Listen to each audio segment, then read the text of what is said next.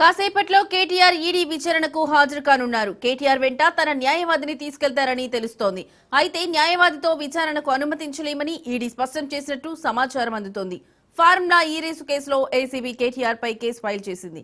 ACB case ఆధారంగా money laundering జరిగిందని ED కూడా కేటీఆర్ పై కేసు బుక్ చేసింది. దీంతో ఇవాళ ఆయన ఈడీ ఆఫీస్కు విచారణకు వెళ్లనున్నారు. ఉదయం 10:30కు కేటీఆర్ ఈడీ ఆఫీస్కు చేరుకుంటారని తెలుస్తోంది. ఫార్ములా ఈ రేసు కేసులో ఈడీ ఆయన్ను ప్రశ్నించనుంది. ఇప్పటికే అరవింద్ కుమార్, బిఎల్ఎన్ రెడ్డిని విచారించిన ఈడీ వారి స్టేట్మెంట్ల ఆధారంగా ప్రశ్నలు అడగనుంది. ఈడీ విచారణ కంటే ముందు ఎక్స్ వేదికగా కీలక వ్యాఖ్యలు చేశారు. ఫార్ములా ఈ రేస్తో హైదరాబాద్ ప్రతిష్ట పెంచామన్నారు.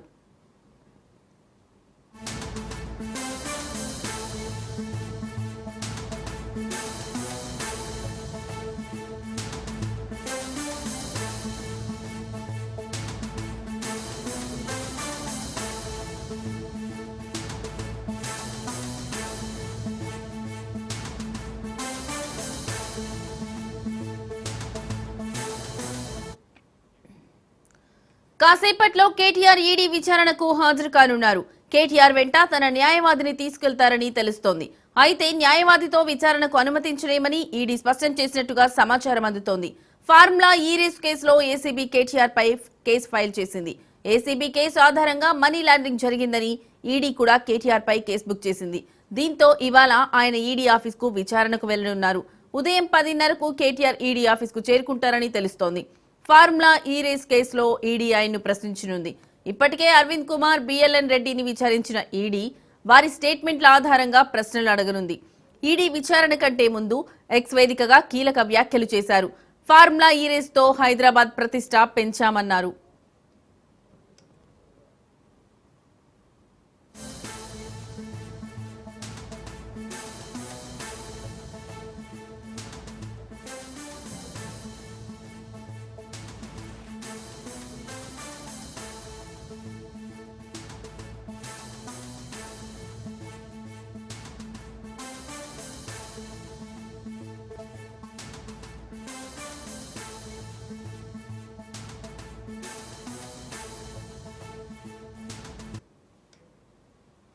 కాసేపట్లో కేటీఆర్ ఈడీ విచారణకు హాజరు కానున్నారు. కేటీఆర్ వెంట తన న్యాయవాదిని తీసుకెళ్తారని తెలుస్తుంది. ఇక ఇదే అంశానికి సంబంధించిన మరింత సమాచారం మా ప్రతినిధి సైదులు లైవ్ ద్వారా అందిస్తారు. సైదులు, చెప్పండి, ఈ యొక్క విచారణకు సంబంధించి మీ దగ్గర ఉన్న లేటెస్ట్ అప్డేట్స్ ఏంటి?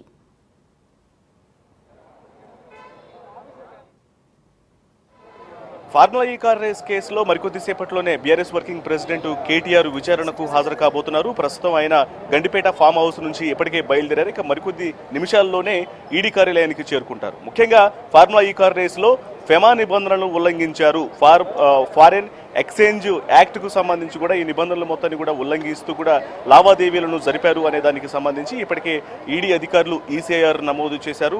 దీంట్లో భాగంగానే ఇప్పుడు కేటీఆర్ను విచారించబోతున్నారు. ఇప్పటికే దీనికి సంబంధించి గతంలో నోటీసులు కూడా ఇవ్వడం జరిగింది. నోటీసులు ఇచ్చిన అనంతరం ఇందులో A1గా కేటీఆర్ ఉన్నారు. A1గా బీఆర్ఎస్ వర్కింగ్ ప్రెసిడెంట్ కేటీఆర్ ఉన్నారు. A2గా సీనియర్ ఐఏఎస్ అధికారి అరవింద్ కుమార్ ఉన్నారు. A3గా బిఎల్ఎన్ రెడ్డి, మాజీ చీఫ్ ఇంజనీర్, హెచ్ఎండిఏకు సంబంధించినటువంటి మాజీ చీఫ్ ఇంజనీర్ బిఎల్ఎన్ రెడ్డి ఉన్నారు.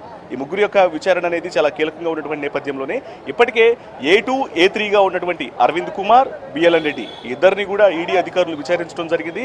ఇక ఇప్పుడు A1గా ఉన్నటువంటి కేటీఆర్ను విచారించబోతున్నారు. మరికొద్దిసేపట్లోనే ఒక విచారణ అనేది మొదలు కాబోతుంది. ఇక మరికొద్దిసేపట్లోనే కేటీఆర్ యొక్క విచారణ మొదలు కాబోతున్నటువంటి పరిస్థితుల్లో ప్రస్తుతం ఈడీ కార్యాలయం వద్ద పూర్తిగా పోలీసు భారీ బందోబస్తును ఏర్పాటు చేయడం జరిగింది. మనం ఒకసారి విజువల్స్ లో కూడా చూడొచ్చు. మరికొద్ది సేపట్లోనే కేటీఆర్ విచారణకు చేరుకోబోతున్నారు అటువంటి పరిస్థితుల్లో పూర్తిగా ఇక్కడ పోలీసులు భారీ బందోబస్తును ఏర్పాటు చేశారు. ఇక్కడ అంటే అపరిచితులు ఎవరు కూడా లోపలికి వెళ్లకుండా కూడా మొత్తం ఈడీ కార్యాలయానికి సంబంధించినటువంటి ప్రధాన గేట్లను మొత్తాన్ని కూడా క్లోజ్ చేయడం జరిగింది. అయితే ఇప్పుడు కేటీఆర్ న్యాయవాదితో కలిసి ఈడీ విచారణకు వస్తారా, లేదంటే ఒక్కడే వస్తాడా అనేది ప్రస్తుతానికి సస్పెన్స్ గా మారింది. ఒకవేళ న్యాయవాదితో వస్తే కేటీఆర్ను లోపలికి అనుమతిస్తారు, కేటీఆర్ యొక్క న్యాయవాదిని లోపలికి అనుమతిస్తారా, లేదంటే ఒక్కడనే అలౌ చేస్తారా, లేదంటే న్యాయవాదితో సహా కేటీఆర్ను విచారణకు లోపలికి రాణిస్తారా అనేది ప్రస్తుతానికి సస్పెన్స్ గా మారింది. ఇక మరికొద్ది సేపట్లోనే కేటీఆర్ యొక్క విచారణ ప్రారంభం కాబోతున్నటువంటి నేపథ్యంలోనే ఇక్కడ ఎటువంటి భద్రతాపరమైనటువంటి ఇబ్బందులు అనేవి తలెత్తకుండా పూర్తిగా పోలీసులు భారీ బందోబస్తును ఏర్పాటు చేయడం జరిగింది. ఒకవైపున స్థానికంగా ఉన్నటువంటి లాండ్ ఆర్డర్ పోలీసులతో పాటు మరోవైపున ఉమెన్ కానిస్టేబుల్స్ అలాగే ఇతర ఫోర్స్ ను కూడా మరికొద్ది సేపట్లోనే రంగంలోకి దించేటువంటి అవకాశాలు ఉన్నాయి. ఎందుకంటే గతంలో రీసెంట్ గా జరిగినటువంటి ఏసీబీ విచారణ సందర్భంలో కొంత బీఆర్ఎస్ శ్రేణులు అక్కడకు చేరుకొని కొంత గందరగోళం సృష్టించే ప్రయత్నాలు చేశారన్నటువంటి వార్తల నేపథ్యంలోనే అటువంటి పరిణామాలు అనేవి మరలా జరగకుండా తగిన చర్యలు తీసుకోవడంలో భాగంగానే ఇక్కడ కట్టుదిట్టమైనటువంటి ఏర్పాట్లు చేయడం జరిగింది. మరోవైపున బ్యారికేడ్స్ను విధించారు, అంచెల వారీగా భద్రతను ఏర్పాటు చేయడం జరిగింది. అంటే లోపల కేటీఆర్ యొక్క విచారణ అనేది సుదీర్ఘంగా కొనసాగే అవకాశాలు ఉన్నాయి కాబట్టి వీటన్నింటికి సంబంధించి కూడా ఈడీ కార్యాలయం వద్ద అన్ని రకాల జాగ్రత్తలు తీసుకున్నారు ఇటు పోలీసులు. ఇక ఇప్పటికే ఈ యొక్క కేసుకు సంబంధించి తను ఎదుర్కొన్నటువంటి ఏవైతే ఇటు ఏసీబీ విచారణ కావచ్చు, మరోవైపున ఈడీకి సంబంధించినటువంటి విచారణలు కావచ్చు, వీటన్నిటి మీద కూడా రియాక్ట్ అవుతూ కొద్దిసేపటి క్రితమే కేటీఆర్ ఎక్స్ వేదికగా ఒక మెసేజ్ను కూడా రిలీజ్ చేశారు. ముఖ్యంగా ఫార్ములా ఈ కార్ రేస్లో జరిగినటువంటి ఈ యొక్క రేసు జరిగినటువంటి తీరు, దాని వెనకాల ఉన్నటువంటి ప్రధాన ఉద్దేశం, వాటన్నిటిని కూడా ఎక్స్ప్లెయిన్ చేస్తూ ఒక మెసేజ్ను కూడా ట్విట్టర్ వేదికగా రిలీజ్ చేయడం జరిగింది. సో దాంట్లో ఆయన ప్రధానంగా కొన్ని అంశాలను కూడా మెన్షన్ చేయడం జరిగింది. ఫార్ములా ఈని తెలంగాణకు తీసుకొచ్చి ప్రపంచ పటంలో హైదరాబాద్ నగరాన్ని నిలపడం మంత్రిగా నేను తీసుకున్నటువంటి గొప్ప నిర్ణయంగా ఆయన తెలియజేశారు. మరోవైపున రేసు సందర్భంగా అంతర్జాతీయ రేసర్లు, ఈ మొబిలిటీ రంగానికి చెందినటువంటి ప్రముఖులందరూ కూడా హైదరాబాద్ నగరాన్ని ప్రశంసలతో ముంచెత్తడం జరిగింది.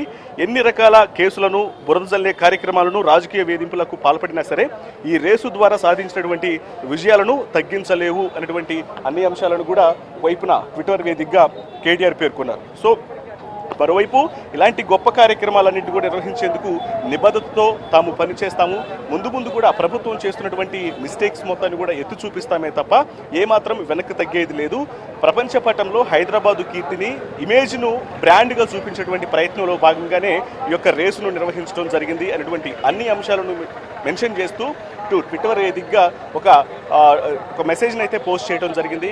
ఇక మరికొద్ది సేపట్లోనే ఆయన విచారణకు హాజరు కాబోతున్నటువంటి పరిస్థితుల్లో ఈ యొక్క మెసేజ్ అనేది ఆసక్తికరంగా మారింది. అయితే ఇప్పుడు కేటీఆర్ అరెస్ట్ అనేది చాలా కీలకంగా వినిపిస్తున్నటువంటి సందర్భంలో ఈ యొక్క ఈడీ విచారణకు సంబంధించి కేవలం అంటే ఇప్పటికే కేటీఆర్ కూడా తెలియజేయడం జరిగింది, ఇందులో మనీ లాండరింగ్ అనేది ఏ ఒక్క రూపాయి కూడా జరగలేదు, పూర్తిగా 46 కోట్ల రూపాయలు అనేది ఈ ఈవెంట్ ఆర్గనైజర్స్ అయినటువంటి ఎఫ్ఓ సంస్థకు నేరుగా వెళ్ళింది అనేది కేటీఆర్ చెబుతున్నటువంటి మాట.